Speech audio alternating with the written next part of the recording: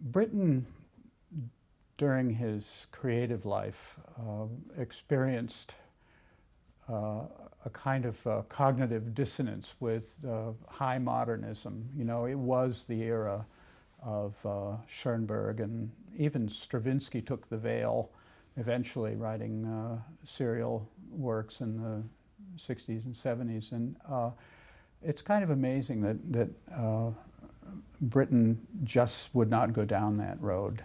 He believed deeply in what I consider to be the demotic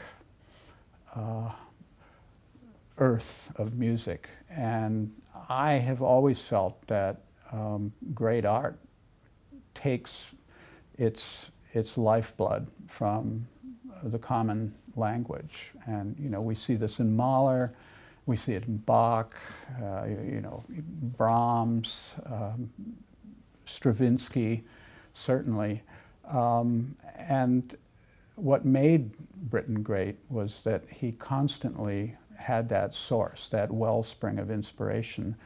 And he knew that serialism and all the avant-garde techniques that were so in the wind and so prestigious at that time, he knew that it wasn't right for himself, and he stuck to his guns, and that was a great inspiration to me.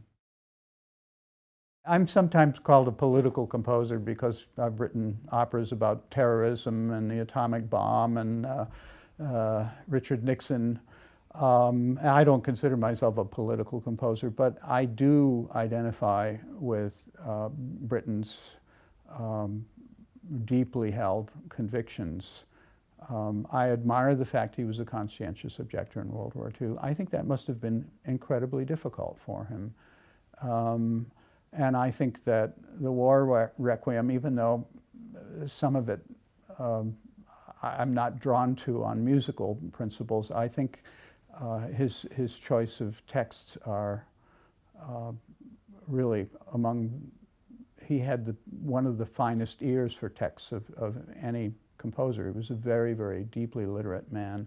And he used the themes that he chose to make statements about humanity. And in that sense, we have to put him up there with Beethoven in terms of his feeling of the nobility of the human spirit.